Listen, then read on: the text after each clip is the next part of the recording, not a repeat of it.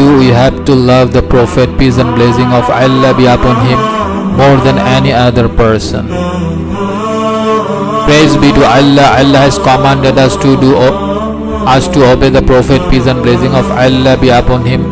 Allah says, and obey Allah and the Messenger, and beware of even coming near to drink or gambling or al-ansab or al-ajlam, and fear Allah. Then if you turn away, you should know that it is our messenger's duty to convey the message in the clearest way. Al-Ma'idah chapter 5 verse 92. Allah has told us that obedience to the Prophet, peace and blessings of Allah be upon him, is obedience to Allah. Allah says, he who obeys the messenger has indeed obeyed Allah, but he who turns away, then we have not sent you, O Muhammad, as a watcher over them. Al-Nisa chapter 4 verse 80. Allah has warned us against failing to obey him, and that this may lead a Muslim into a fitna, that is the fitna of shirk. Allah says, make not the calling of the messengers among you as your calling one of another. Allah knows those of you who sleep away under shelter of some excuse without taking the permission to leave from the messengers, and let those who oppose the messenger's commandment, that is his sunnah, legal ways, orders, acts of worship, statements among the sects, beware lest some fitna, disbelief, trials, afflictions, earthquakes, killing, overpowered by a tyrant, should befall them, or a painful torment be inflicted on them. Al-Nur chapter 24 verse 63. Allah has told us that the status of prophethood which he gave to his prophet, peace and blessings of Allah be upon him, requires the believers to respect and venerate the prophet, peace and blessing of Allah be upon him. Allah says, verily we have sent you, O Muhammad, as a witness, as a bearer of glad tidings, and as a warner, in order that you, O mankind, may believe in Allah and his messengers, and that you assist and honor him, and that you glorify Allah's praises morning and afternoon. Surah Al-Fath chapter 48 verse 8 and 9. The Muslim's faith cannot be complete unless he loves the Prophet, peace and blessings of Allah be upon him, and until the Prophet, peace and blessing of Allah be upon him, is dearer to him than his father, his son, his own self, and all the people. It was narrated that Anas radiallahu anhu said, the Prophet, peace and blessing of Allah be upon him, said, no one of you truly believes until I am dearer to him than his father, his son, his own self, and all the people.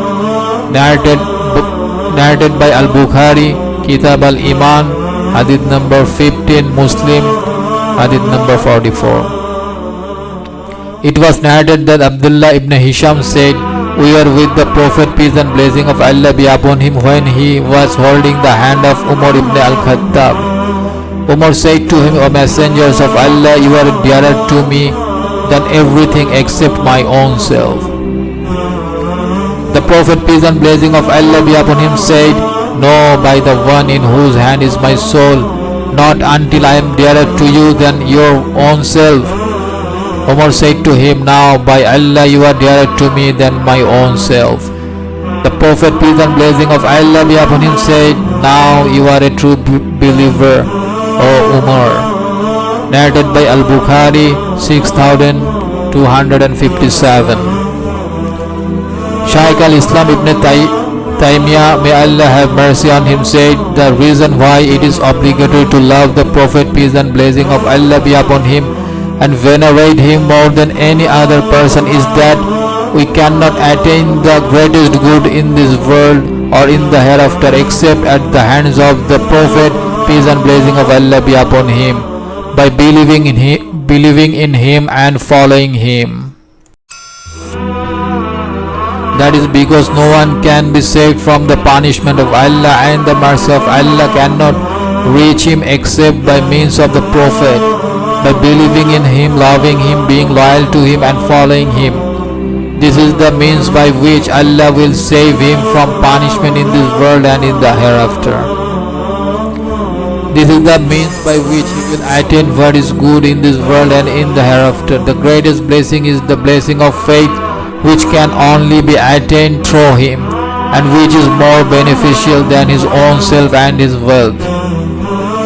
He is the one by means of whom Allah brings people forth from darkness into light, and there is no other way to Allah. As for a person, self and family, they will not avail him anything before Allah.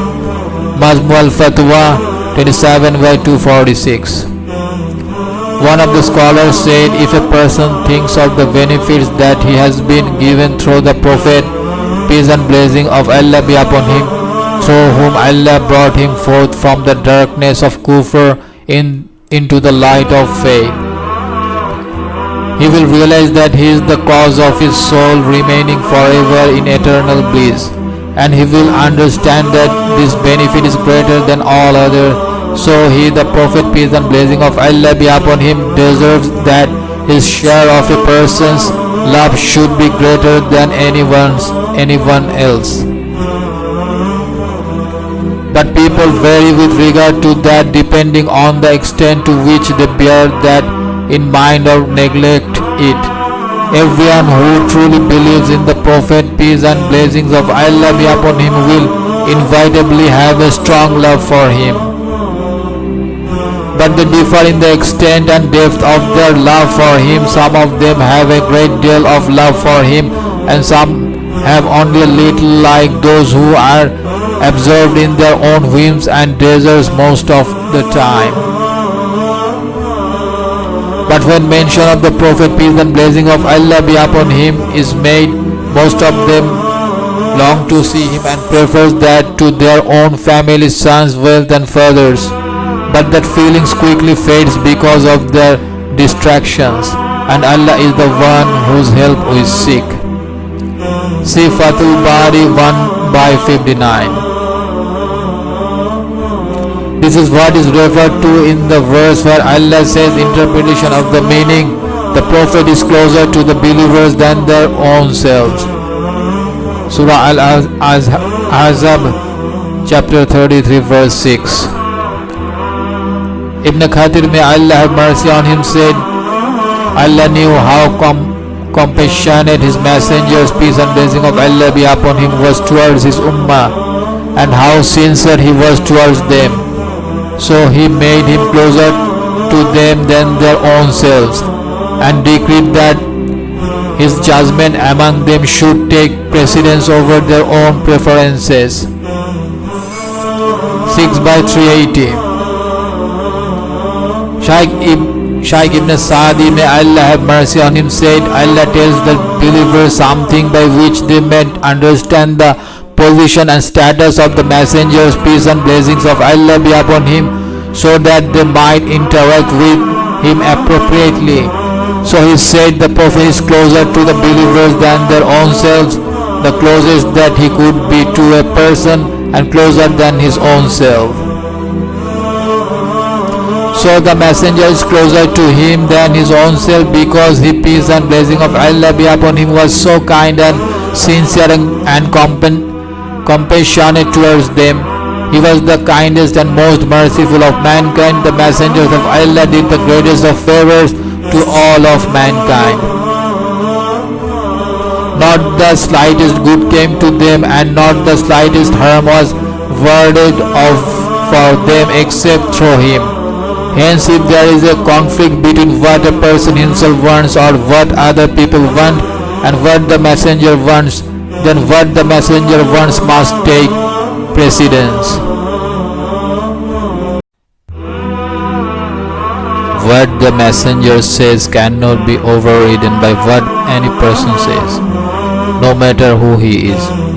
They should sacrifice themselves, their wealth and their children, and put love for him before their love for all others. What the scholars have said may be summed up by noting that the wrath of Allah and the fire of hell are the things that we fear the most, and we cannot be saved from them except at the hands of the Messenger, peace and blessing of Allah be upon him.